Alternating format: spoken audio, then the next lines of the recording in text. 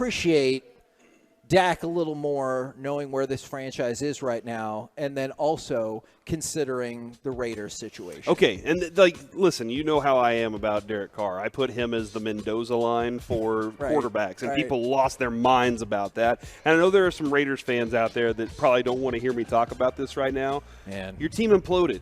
And I remember when they started off terribly, they were like, no, you just watch. Yeah, and before the season, you were like, they were like, Devontae Adams and Derek Carr are going to be great. Devontae Adams caught like half of his passes from Derek Carr this year, which but is he's the lowest still mad. it's been. Yeah, it's so low since he left Aaron Rodgers. But I get that. But to be honest, I think Derek Carr has had like a sub-20 defense every year of his career. It hasn't been great. He's had coaching change after coaching change. He has not been dealt the best hand. There's no guarantee he's going to go anywhere else and be great, right? Like there's no fact that he's just going to get up, leave, and everything's going to be great. So Can we stop on that for just 1 second? Because I think you bring up a really intriguing point. Because some of the national NFL insiders have been like, "Oh, this is great for Derek Carr because if they trade him, he's got a no-trade clause. He can pick where he wants to go. And if they cut him, then he can get a new contract and get all this guaranteed money." And I was like, is he? Like, I know he'll get more guaranteed money. I understand it from that perspective than he would have otherwise. But, like, is everyone going to reflect on this and be like, man, Derek Carr is great. You guys just didn't understand. Do you think that there's – I mean, I know that there is a team – and Derek Carr stopped practicing and has agreed to step away from the team? Yeah, although it sounds like that's – no, it's not. No, they said it sounds like a mutual decision because he doesn't want to be a distraction. Yeah, but distraction, but also what happens if he gets injured while practicing with the team? Oh, yeah. Then they are tied to his contract still. By the way, good news for you. From the 361, this is not the good news. Who the hell picks box number 2? And from the 682, I'll change to box number 2. We live or die together, guys. I appreciate that. That's the spirit right there. We'll see how it goes. But, like, the Colts for the last 3 years have been desperately trying to find a quarterback. Is that your? And it hasn't worked out for them. I think the Jets actually are a better prospect there. Oh. But they've been trying to figure that out for a long time, and there's no guarantee that you have the quarterback whisperer or that the guy is the right guy to walk into a room and say, "Follow me." Look at Russell Wilson this year. He couldn't. That team's not following him, even though he's doing similar things that he was doing in Seattle. They're not like, "Hey, I'm on board with you right now." So there's no guarantee of that. And that's why when I look at the Dak situation, we can gripe about some of these games. You can gripe about a lot of the things that Dak Prescott threw another interception. Everybody lost their minds. And then he goes 24 for 24 the rest of the way against zone coverage, and nobody wants to give him any credit for that stuff. Sure. But you have stability at the quarterback position for however long you want it right now. And with the Cowboys organization as a whole, we watched their franchise trying to find a quarterback for years until they found Tony Romo. And it was terrifying to consider the prospect of what do you do after Tony Romo? Sure. And they had a conditional fourth round pick that they were just like, maybe this guy can start. He turns out to be really, really, really good. And so I am wondering if a lot of people out there give credit or are thankful that they have Dak, understanding that you could be the Raiders. The Raiders are they are in an abyss right now. They are wandering in the land of nowhere, trying to figure out how to recreate this team. To your point about that, because I want to circle back to your broader point about the Cowboys and if people appreciate Dak, because I think that is a tremendous idea or a tremendous point, is if it ain't Derek Carr, who do you think will be the quarterback for the Raiders next year as they try to figure it out? I have betting odds that I think are fascinating. Steve DeBerg. No, it's not Steve DeBerg. Get him some Steve DeBerg, yo. I mean, because he's retired, and you can't book him for our show. You don't know that. I do know that. Or won't. Yeah. You know what? A lot of times, Reggie, with you, I just lump those two things in together. Is number one on the list, Tom Brady.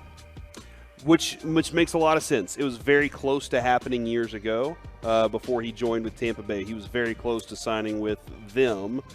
And he did work with Josh McDaniels. I don't know that he always loved Josh McDaniels. I also don't know if it's guaranteed that Josh McDaniels will be back as the head coach Because wouldn't, like, Sean Payton just love to be in a Las Vegas area? Like, wouldn't that be – and we saw the rumor that he and Tom Brady could link back up in New Orleans. So if that's the case, why wouldn't they just go to Las Vegas instead? Which makes me wonder how much football Sean Payton has actually watched this year. But, all right, second on the list, check this out. And this is where it starts to take a hard turn. Second on the list is Jimmy Garoppolo. All right, so to your point about the Raiders are in the abyss. So you're going Brady or Garoppolo. The next three on the list are all rookies.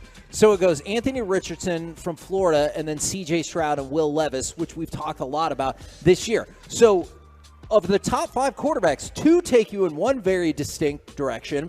3 take you in a very likely other direction. So that's, I think, the instability or uncertainty that you're talking about.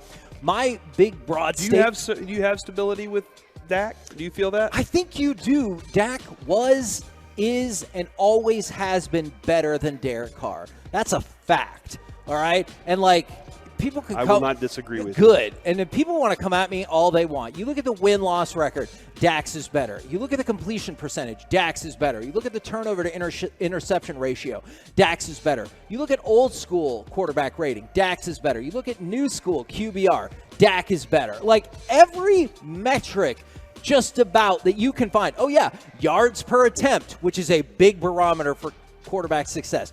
Dak is better, all right? Dak is better than Derek Carr, all right? Was, is, will continue to be. I know that doesn't make him perfect, and I know that's where the agitation comes. They're like, well, yeah, but what about that pick 6 in Philly? Sure, I saw it too. I get it. And there are mistakes that come along with him sometimes that are frustrating. But he's better than Derek Carr. And if you don't think that, I just fundamentally disagree with you. Yeah, and so that's kind of like the whole – I did add the other part. Maybe this is a different conversation.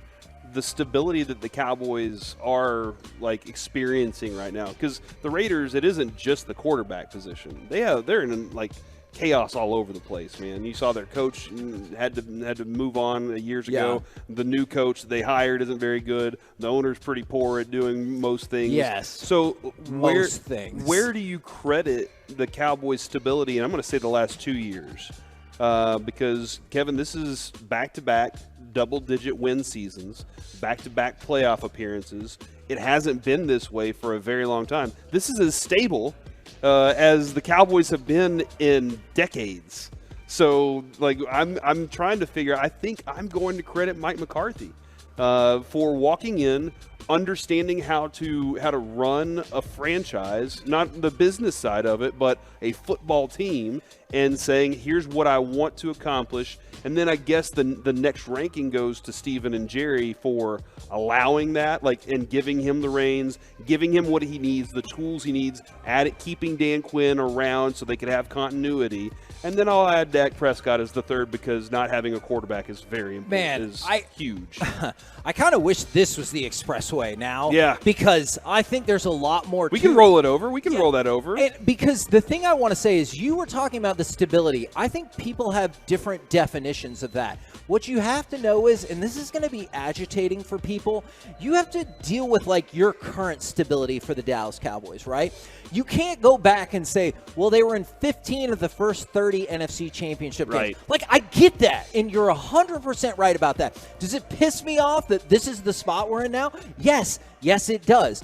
But when Corey's talking about stability, how long has it been since you made the playoffs in back-to-back seasons? 15 years. Mm-hmm. You don't have to like it. You could think that Jerry Jones is a this or a that. I'm just telling you, deal with the reality that is in front of you.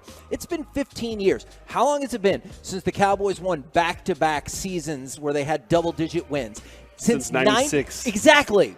It has been 26 years since that happened. So if you're looking for points of stability and your only point of stability is making the NFC Championship game, I get it. Because if they lose to the NFC South team in the wild card, I'll be furious. If they lose in a lopsided fashion to Philly or San Francisco, depending on how things play out, in the second round, I'll probably be really furious as well. But the new reality you deal with in the Cowboys is this is as stable as they've been for a while. I just know the issue is some people think the new reality of the Cowboys sucks and has sucked for a long time. Well, that's a different conversation because I got a whole bunch of other stuff we need to figure out how to fix there. And I will add, Kevin, like I'm looking at McCarthy's history with Green Bay, and I know he had Aaron Rodgers. Listen, that's a huge factor to it. But you had more double-digit win seasons and playoff appearances than you did not have them. And that's where the Cowboys, it's like you got to be close to the playoffs to be close to the Super Bowl. And most years they're not even close. They're saying, oh, man, 8 wins, is that enough to get us in? Right now with Mike. So that's where I give Mike McCarthy the credit for the entire organization. He had a lot to do with understanding where these guys go. Does he have flubs? Does every single one of these guys have errors? Sure. Yes, the quarterback throws interceptions. Got to fix that. The coach sometimes has some mental mistakes when it comes to the clock and maybe a challenge here or there. Name a perfect team other than the 72 Dolphins. God, and even that. So we'll hopefully the Cowboys will be able to overcome those things. Do you have faith in it? A lot of fans don't because of the last 27 years of mediocrity.